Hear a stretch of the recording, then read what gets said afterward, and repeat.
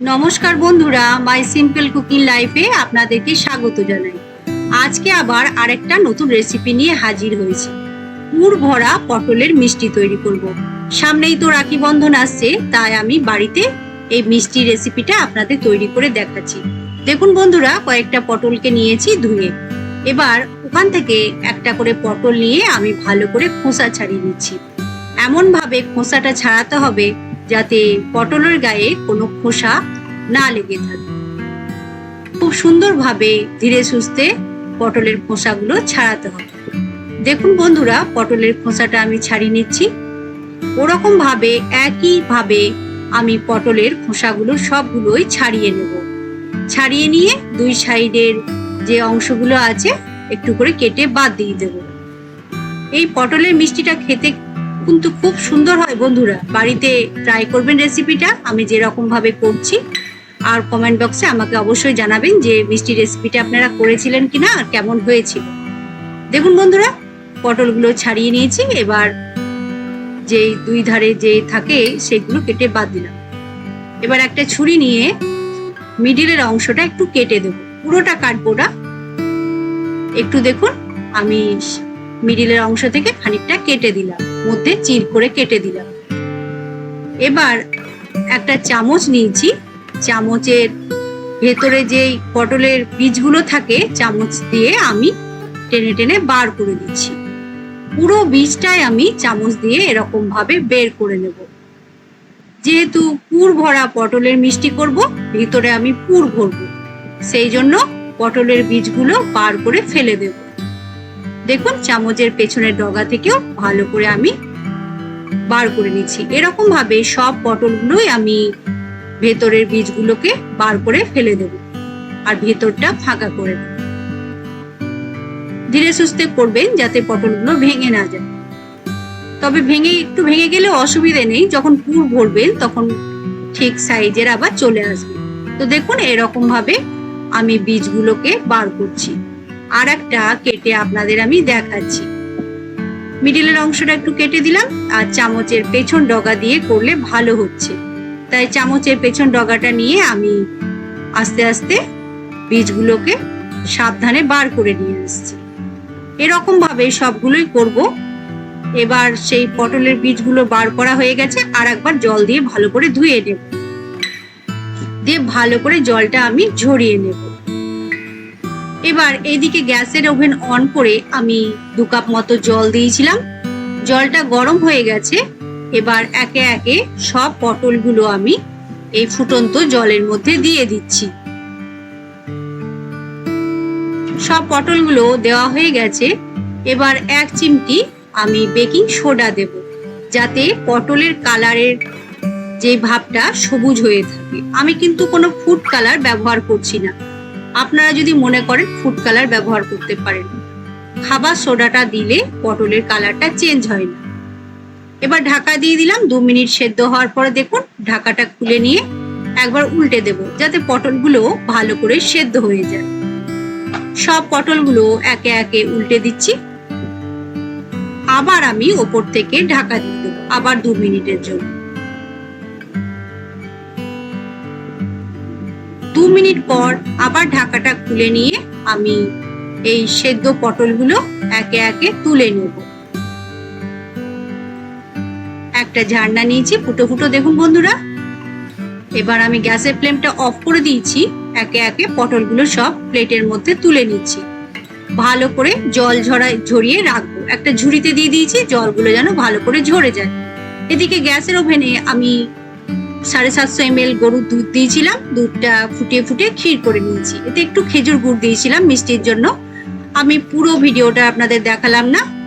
শক্তভাবে ক্ষীরটা তৈরি করতে হবে, যেন ভেতরে পুরটা শক্তভাবে থাকে পটলের মধ্যে। এদিকে আরেকটা কড়াই নিয়ে আমি 2 চামচ ঘি নিলাম।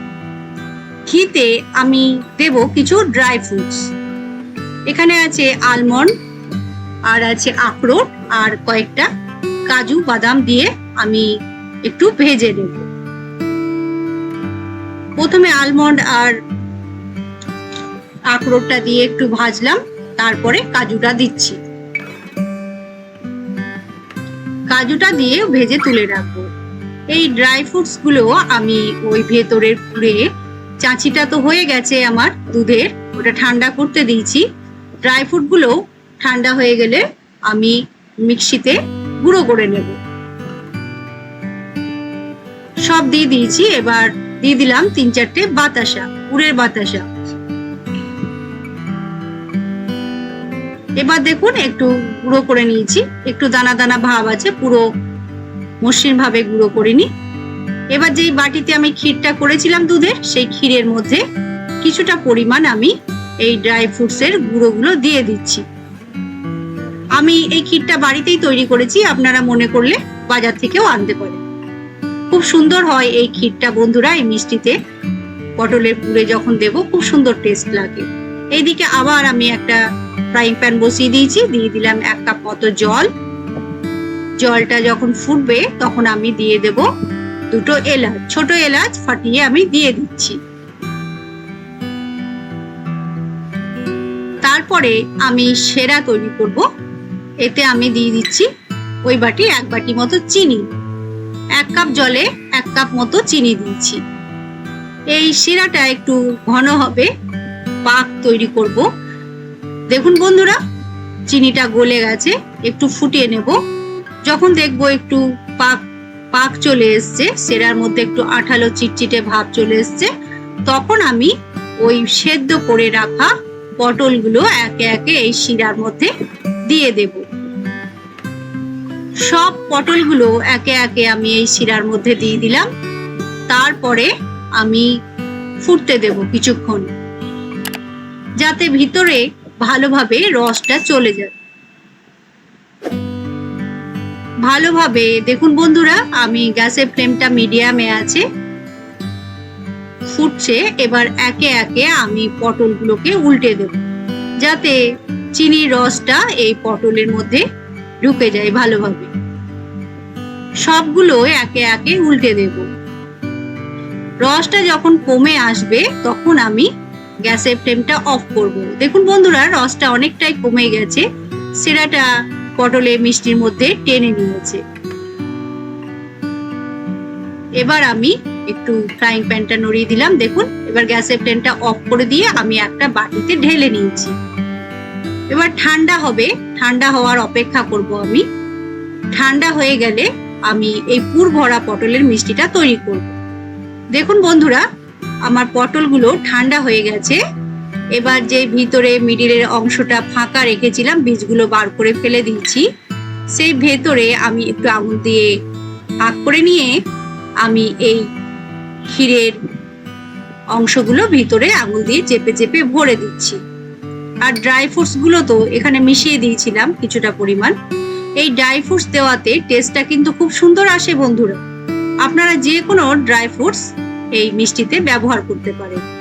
দেখুন বন্ধুরা, আমি আস্তে ধীরে সুস্থে ভেতরে ক্ষীরের পুরটা ভরে দিচ্ছি।